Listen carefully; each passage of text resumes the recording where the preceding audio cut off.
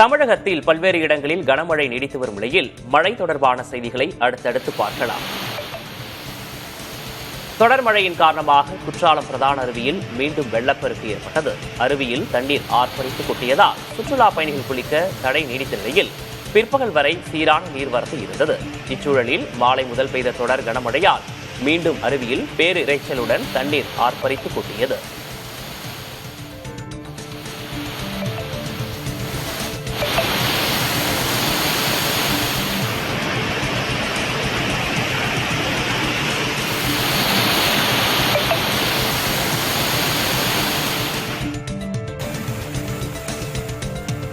தென்காசி மாவட்டம் சிவகிரி மற்றும் அதன் சுற்றுவட்டார பகுதியில் பொதுமக்கள் சாலையில் நடந்து செல்லக்கூட முடியாத வகையில் கனமழை பெய்தது. 2 மணி நேரத்திற்கு மேல் விடாது அடைமழையாக பெய்ததில் பல்வேறு இடங்களில் மழைநீர் தேங்கியது. இதனால் பொதுமக்கள், வாகன ஓட்டிகள் சிரமமடைந்தனர். கனமழை காரணமாக சிவகிரியில் முன்னெச்சரிக்கை நடவடிக்கையாக மின்சாரம் துண்டிக்கப்பட்டது.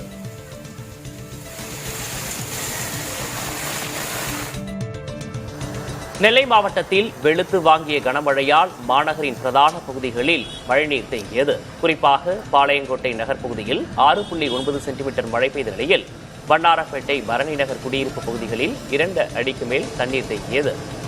சாலைகள் முழுவதும் மழைநீர் தேங்கியதால் வாகன ஓட்டிகளும் பொதுமக்களும் கடும் சிரமமடைந்தனர். பொதுமக்களின் கோரிக்கையை அடுத்து மழைநீர் தேங்காத வகையில் வடிகால் பணிகள் தொடங்கப்பட்டுள்ளதாக நெல்லை மாநகராட்சி அதிகாரிகள் தெரிவித்தனர்.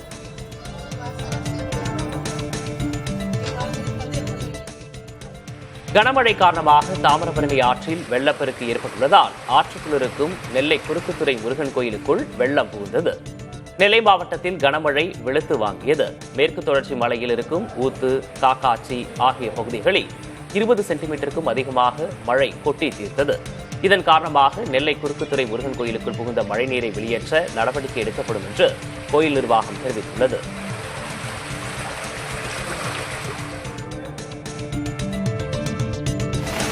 கன்னியாகுமரி மாவட்டம் நாகர்கோவில், செட்டிக்குளம், கோட்டார், ஆசாரிப்பள்ளம், பார்வதிபுரம், வடசேரி உள்ளிட்ட பகுதிகளில் பரவலாக மழை பெய்தது. செட்டிக்குளம் பகுதியில் பெய்த பலத்த மழையால் சாலைகளில் தண்ணீர் தேங்கியது. மேலும் மழைநீருடன் கழிவுநீர் கலந்து சாலையில் சென்றதால் துர்நாற்றம் வீசியது. கோட்டார், வடசேரி உள்ளிட்ட பகுதிகளில் மழையால் போக்குவரத்து நெரிசல் ஏற்பட்டது.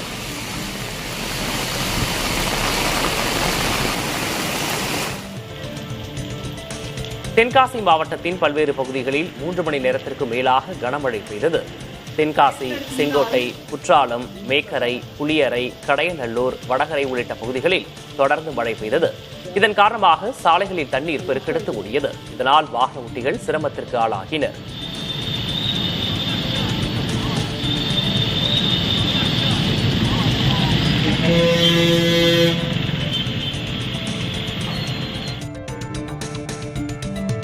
வரும் 22ஆம் தேதி தென்கிழக்கு வங்கக்கடலில் காற்றழுத்த தாழ்வு பகுதி உருவாகக்கூடும் என சென்னை வானிலை ஆய்வு மையம் தெரிவித்துள்ளது.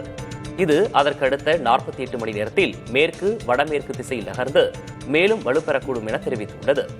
தென்மேற்கு வங்கக்கடல் மற்றும் அதனை ஒட்டிய பகுதிகளின் மேல் வளிமண்டல கீழடுக்கு சுழற்சி நிலவுவதாகவும் சென்னை வானிலை ஆய்வு மையம் கூறியுள்ளது.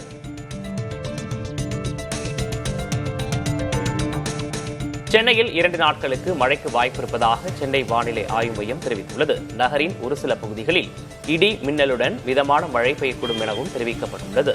அதேபோல் சென்னையின் அதிகபட்ச வெப்பநிலை 31 முதல் 32 டிகிரி செல்சியஸை ஒட்டியும், குறைந்தபட்ச வெப்பநிலை 24 முதல் 25 டிகிரி செல்சியஸை ஒட்டியும் இருக்கக்கூடும் என வானிலை ஆய்வு மையம் கூறியுள்ளது.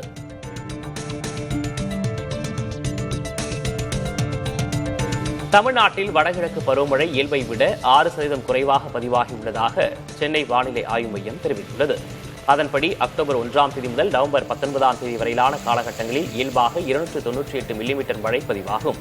ஆனால் இந்த ஆண்டு 281 மில்லிமீட்டர் மழை மட்டுமே பதிவாகியுள்ளதாகவும், இது இயல்பிலிருந்து விலகி 6% குறைவு எனவும் சென்னை வானிலை ஆய்வு மையம் அறிவித்துள்ளது.